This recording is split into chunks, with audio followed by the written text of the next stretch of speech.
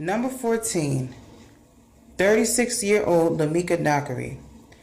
In July 2018, the mother of 5 was arrested for shoplifting at Walmart, then was taken to Elkhart Community Corrections Work Release Facility. Lamia then announced that she was having stomach pains for 2 days, but was denied medical assistance. After that, for the next 6 long days, Lamia began to complain and beg to go to the hospital.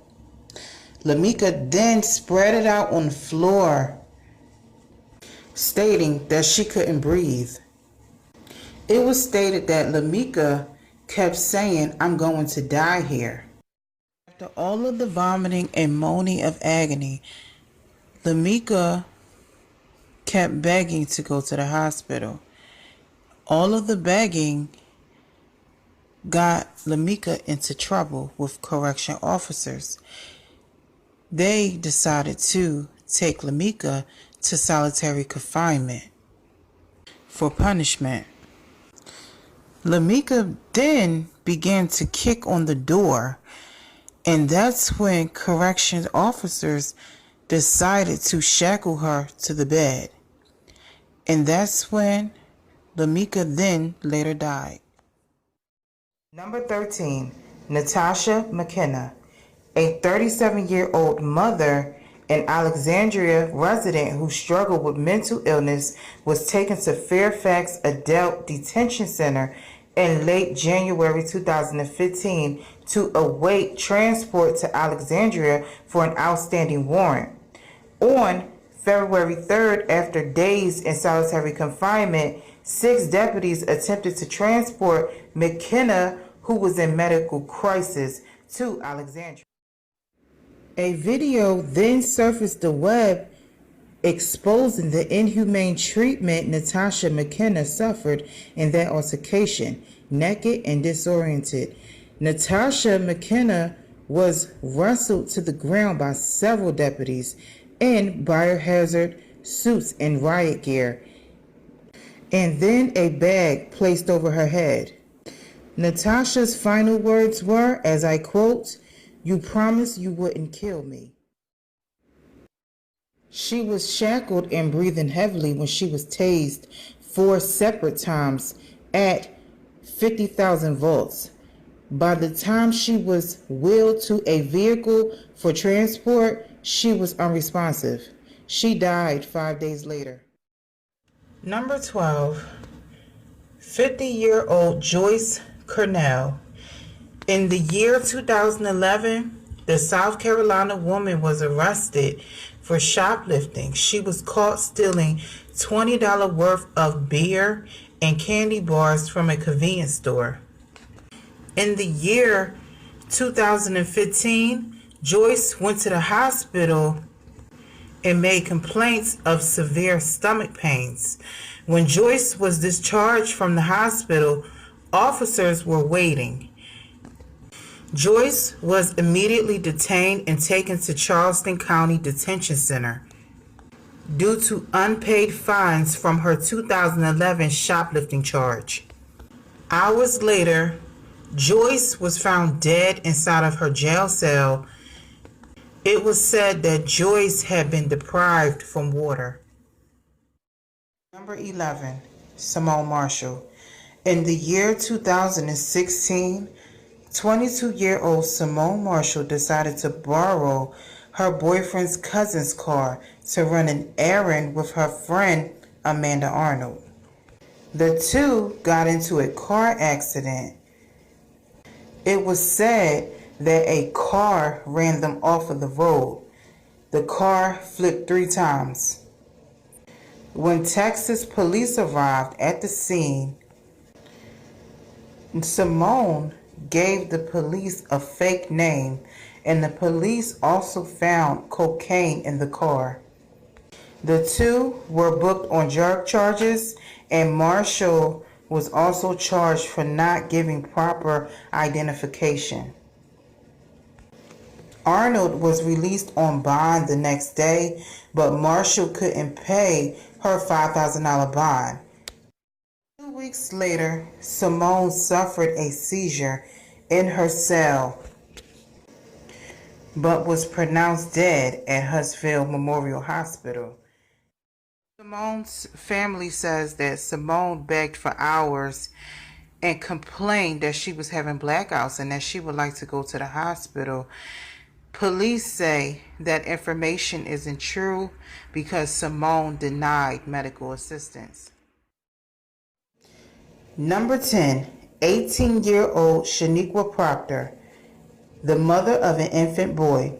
In the year 2014, Shaniqua went to a party at an Economy Inn in Bessemer, Alabama. While at the party, the police were called due to a disturbance. Unfortunately, Ms. Proctor was arrested for alleged disorderly conduct and resisting arrest. According to official documents, when Proctor arrived at the jail, she was pepper sprayed by officers after slipping out of her handcuffs twice. During the night, Ms. Proctor was heard snoring loudly, but unfortunately in the morning, when an officer brought her a breakfast tray, Ms. Proctor was spotted unresponsive on the bed. Cause of death, overdose. Number 9, 37-year-old Lanita Michelle Brown. In the year 2017, Lanita was about 3 to 4 weeks pregnant while awaiting trial for a drug trafficking charge. Lanita began complaining of stomach pains. The 37-year-old Mississippi woman was found unresponsive when medical help arrived. The nurse attempted to perform CPR, but it did not help. Number 8, Diamond Ross. In the year 2018, the police were called due to a domestic disturbance. Police say Ross was high on PCP at the time, but fought with them when they arrived. But her story didn't go viral until the year 2019. A video surfaced the web. It shows Ross telling officers she was having trouble breathing while she was handcuffed in the back of a police car. The police claimed that they arrested Ross due to an outstanding warrant. When the police vehicle holding Ross pulls into the lot, she is taken out of the back seat and left on the pavement. Officers then pick Ross up and carry her into the jail. Ross appears to be unresponsive. She is then dragged into the jail cell and left there. Police don't attempt to give Ross any form of medical treatment. Ross is then plopped into a wheelchair and officers walk away. Later, paramedics arrived to help and attempt to give Ross CPR. Ross was then taken to Baylor Hospital, where she was declared dead the next day. Number 7, 28-year-old Tatiana Jefferson. On October 12, 2019, police arrived at her home after a neighbor called a non-emergency number stating that Jefferson's front door was open. Police body camera footage showed that when she came to her window to observe police outside her home, Officer Aaron Dean shot through it and killed her. Police stated that they found a handgun near her body. On October 14, 2019, Dean resigned from the Fort Worth Police Department and was arrested on a murder charge. On December 20th, 2019, Dean was indicted for murder. Number 6, 61-year-old Janice Dodson Stevens. Janice suffered from schizophrenia and schizoaffective disorder as well as hypertension. Janice Stevens is from San Antonio. She had 4 children, 3 daughters and a son. In the year 1982, Janice heated up a metal table leg and burned her 9-year-old son's stomach. In the year 2001, Janice's youngest daughter was murdered. In the year 2014, San Antonio police took Stevens to a hospital after finding her laying on the ground naked in the apartment. She would attempt to kick and hit the officers as they tried to clothe her. In the year 2017, police were called to an apartment complex where she was found threatening others at the complex, so officers took her to a university hospital for treatment. In the year 2018, Miss Stevens sat in jail for 5 months on a trespassing charge, but because of her obvious mental health issues, she was placed in the jail's infirmary, where doctors, nurses, and social workers noted her erratic and abusive behavior and her refusal to eat.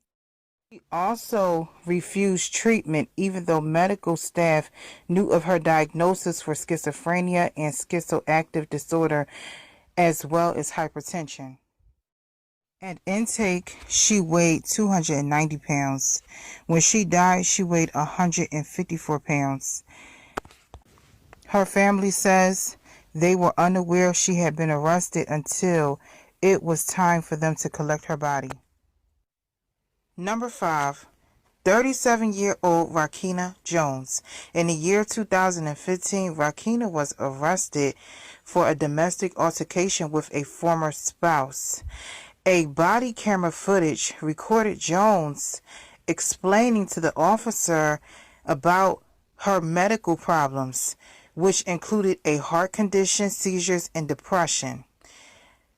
Jones was also seen telling the officer she didn't want to die in a jail cell. About 15 hours later, her body was found. Number 4.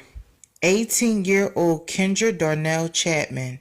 In the year 2015, Chapman was booked on a first-degree robbery charge.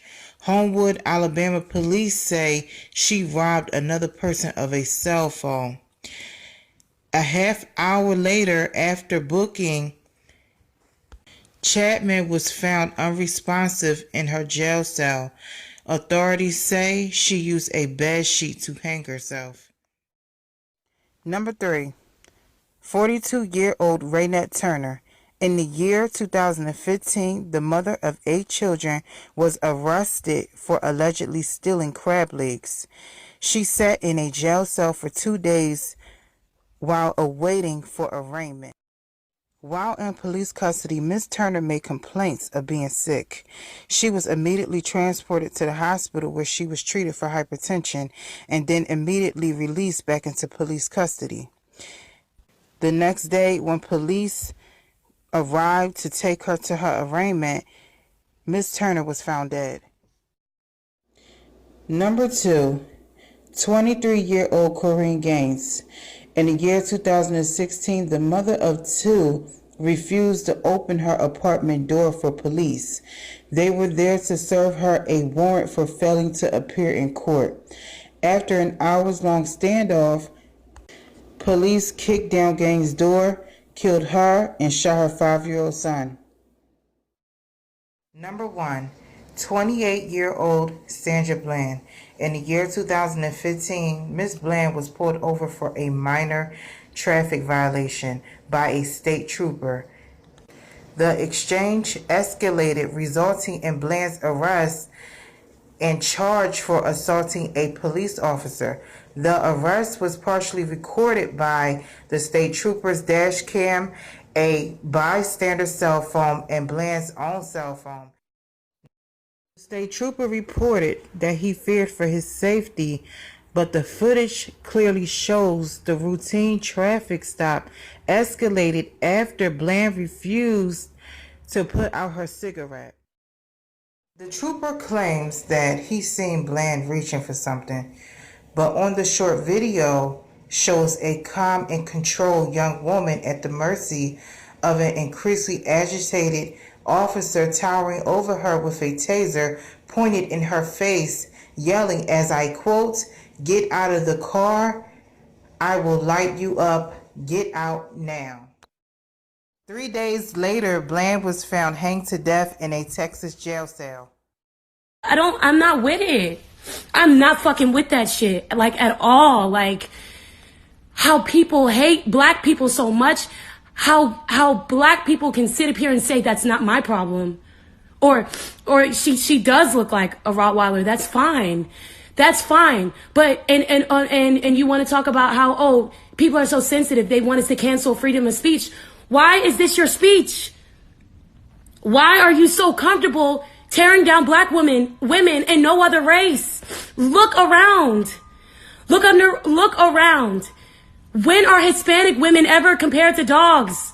When do they do that? When do they do that to white women? When are white men doing that to white women? When are Hispanic men doing that to Hispanic women? They're not doing it. They're not. Like, and how come as a black woman, me sticking up for it, I'm a Zelia? Like, bruh, like, it's insane. It's time, y'all. It's time. It's this thing that I'm holding in my hand, this telephone, this camera. It is quite powerful. Social media is powerful. We can do something with this. If we want to change, we can really, truly make it happen.